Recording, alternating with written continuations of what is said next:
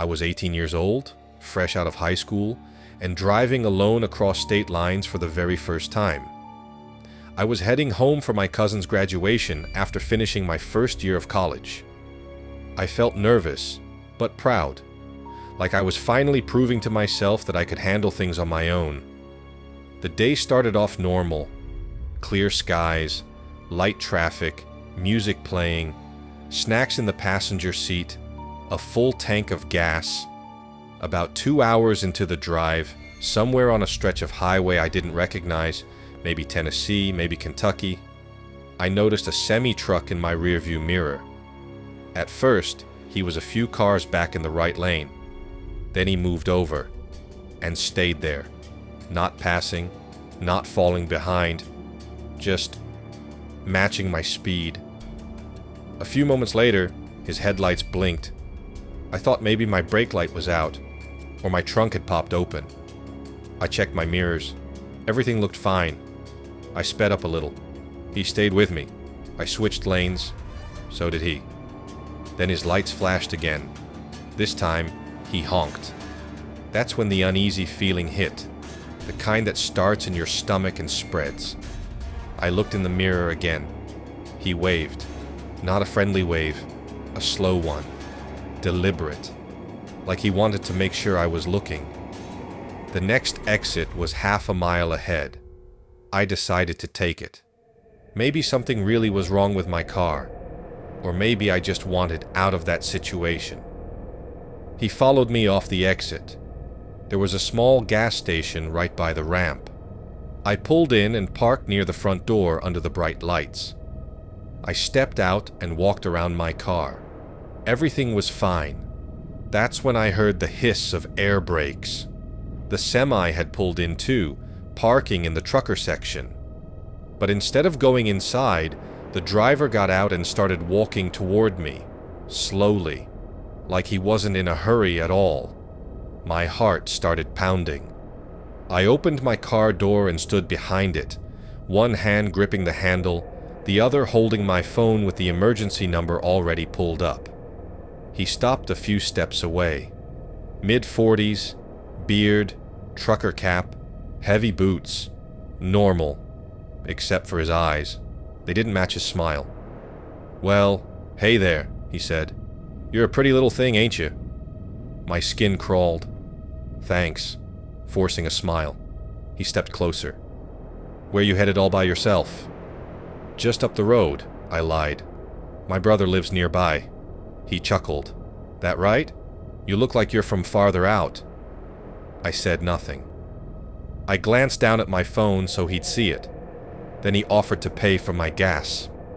I shook my head. "I'm good." That didn't stop him. He kept asking questions. Where I was from, what I studied, if I had a boyfriend. With every question, my answers got shorter. More fake. I told him I was meeting my dad, said my uncle worked for highway patrol. Anything to make myself sound not alone. He stared at me for a long moment. Then the gas pump clicked. Full tank. I didn't thank him. I didn't say goodbye. I got in my car, locked the doors, and started the engine. He didn't move. Not until I pulled away. Then he turned, walked back to his truck, and stood there watching me go. Hands shaking, I merged back onto the highway. I checked my mirrors every few minutes, but I never saw him again. I didn't tell my parents. I told myself he was just a weird guy, flirting in the creepiest way possible. But deep down, I knew better. He didn't follow me off the highway to help. He followed me because he thought I was alone, and he was right, until I trusted my gut. Sometimes the scariest part of a story isn't what happens. It's what almost does. This happened 2 summers ago, right after I turned 18. I was home from college for the break, staying in the small town where I grew up. It was the kind of place where nothing ever seemed to go wrong, and because of that, I let my guard down. That night, I snuck out. I didn't want my dad to know I was walking across town to meet someone who said they could get me a little weed. It wasn't far, just a few streets, and I told myself I knew the area well enough to be safe. I was on a video call with my boyfriend while I walked. I didn't bring pepper spray, a safety alarm, or even the safety keychain my dad had given me. Just my phone and some cash. It was after midnight. The town was quiet, not peaceful, but heavy. To get where I was going, I had to pass a dark stretch of road near the railroad tracks and an old warehouse that always looked half abandoned. There were barely any street lights, just flickering security lights on the building. That's when I noticed a semi-truck parked along the road. That wasn't unusual. Truckers stopped there all the time. As I walked past, a voice called out, "Hola." I turned and saw a man leaning out of the truck's window. He looked like he was in his 40s, wearing a red long-sleeve shirt. He looked normal enough, but something about his smile felt wrong. I waved politely and said, "Sorry, no hablo español," then kept walking. My boyfriend asked who it was, and I brushed it off, saying it was just a truck driver. I never ended up meeting the person I was supposed to see. My phone battery was getting low, and after about 30 minutes of walking around, I decided to head home. When I reached the road that led back past the tracks, a sudden heavy feeling hit me. Nothing had changed around me, but every instinct in my body told me not to go that way. So I didn't. I took the longer route around the brighter side of the warehouse, where there were more lights and parked trailers. That's when I heard it again. "Hey." I turned, and my stomach dropped. It was the same truck driver, but this time he wasn't in the truck. He stepped out from behind one of the trailers like he had been waiting there. He was wearing the same red shirt, the same forced smile, but now one of his hands was shoved deep into his jacket pocket. He lifted his other hand and waved me over. "Come here." I froze. I couldn't move or speak.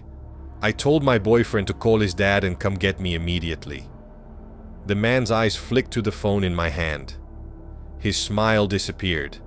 His face tightened, and without saying a word, he backed away and disappeared behind the trailers. I didn't wait. I ran. I ran until my chest burned and my legs felt weak. I didn't look back until I reached a small 24-hour mini-mart. I hid behind the ice machine out front, trying to calm my breathing. I called my friend Nate instead. By luck, he was nearby with his girlfriend. They told me to stay hidden and that they were on their way.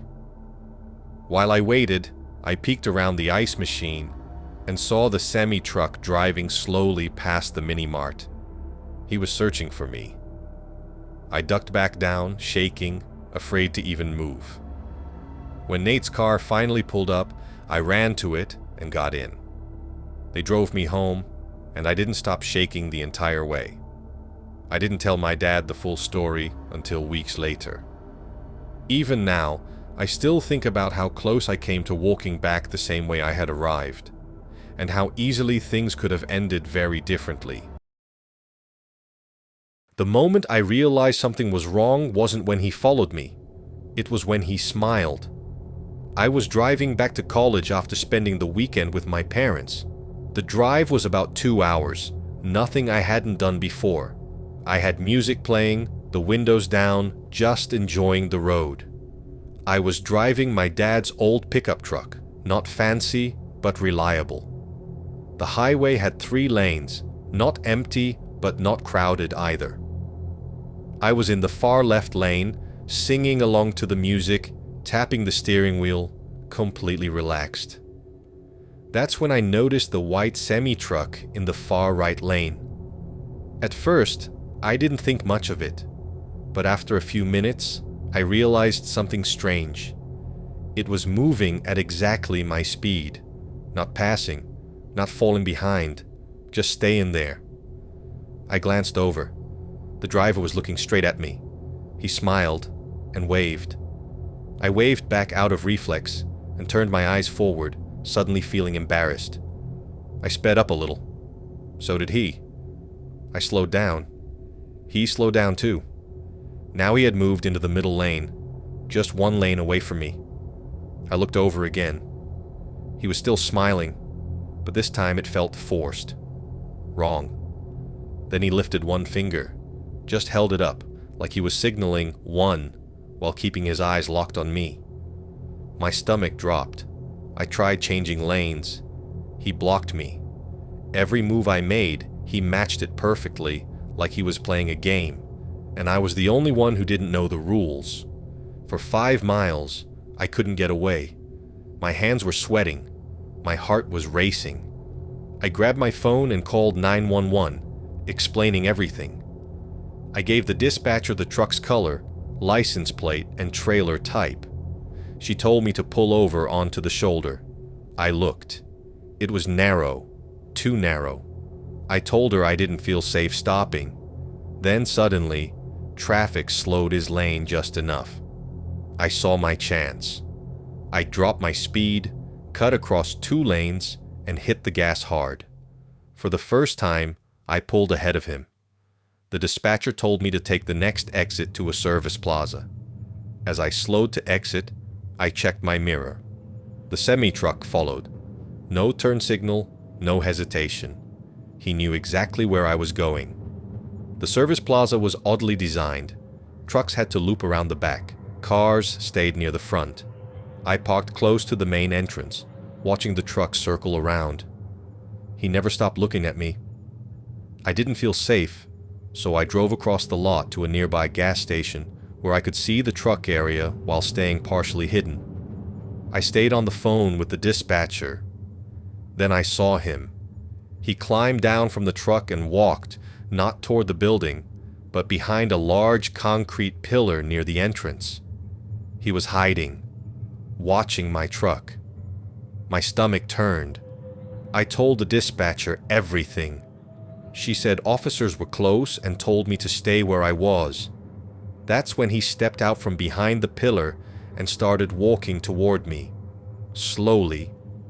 I locked my doors, put the truck in drive, and watched him circle my vehicle. He looked into every window, checking to see if I was truly alone. The smile was gone. His face was cold. I didn't wait. I slammed the gas and sped out of the lot, shaking, crying, telling the dispatcher I was leaving. I never saw the truck again. I don't know if they caught him, but I still think about one thing. Would he have done any of this if someone had been sitting next to me? He saw I was alone.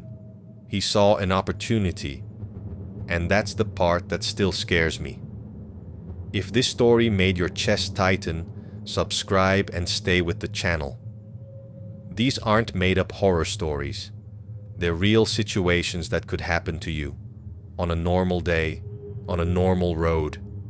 Stay alert, trust your instincts, and keep listening, because the next story might feel even closer to home.